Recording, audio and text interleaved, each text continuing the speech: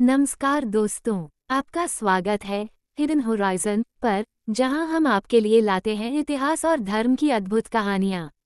आज हम आपको सुनाने जा रहे हैं त्रिमूर्ति के अवतार दत्तगुरु की जन्म कथा। ये सिर्फ एक कहानी नहीं, बल्कि धर्म, श्रद्धा और पवित्रता की मिसाल है। तो आइए शुरू करते हैं ये प्रेरणादायक यात्रा। बहुत समय पहले की बात है। ऋषि अत्रि और उनकी पत्नी अनुसूया एक शांत आश्रम में रहते थे। अत्रि ऋषि तपस्या में लीन रहते और अनुसूया अपने पतिव्रता धर्म से पूरी सृष्टि को प्रेरणा देती। उनकी पवित्रता इतनी प्रसिद्ध थी कि तीनों लोकों में उनके नाम की चर्चा थी। लेकिन कहते हैं न, जहाँ अच्छाई है वहाँ परीक्षा भी होती है। एक दिन नारद मुनि ने लक्ष्मी, पार्वती और सरस्वती देवी से कहा, अनुसूया जैसी पतिव्रता स्त्री पूरे ब्रह्मांड में कोई नहीं। ये सुनकर तीनों देवियों को थोड़ा अभिमान हुआ। उन्होंने अपने पतियों ब्रह्मा, विष्णु और महेश से अनुसूया की परीक्षा लेने की बात कही। अगले दिन तीनों देवता भिक्षुक बनकर अत्रि ऋषि के आश्रम पहुँचे। उस समय ऋषि ध्यान में थे और अनुसूया ने उनका स्वागत किया। भिक्षा मांगते समय तीनों ने एक अजीब शर्त रखी। उन्होंने कहा, हम तभी भिक्षा लेंगे जब तुम नग्न होकर हमें दोगी। ये सुनकर अनुसूया थोड़ी देर के लिए सोच में पड़ गईं, लेकिन उनकी तपस्या इतनी मजबूत थी कि वे घबराई नहीं।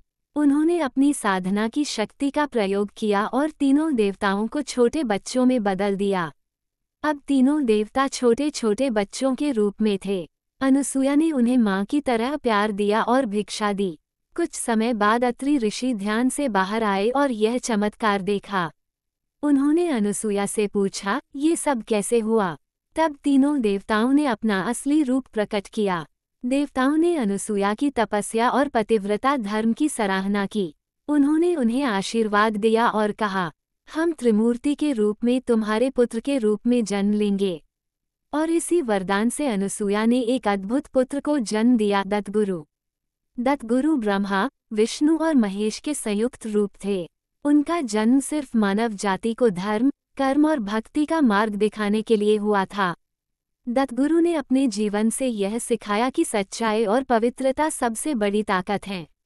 आज भी उनकी पूजा दत्त जयंती के रूप में की जाती है।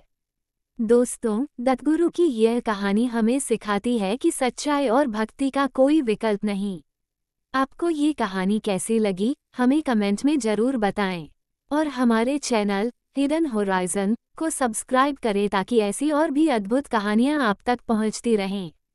तो मिलते हैं अगले वीडियो में। तब तक के लिए जय दत्तगुरु।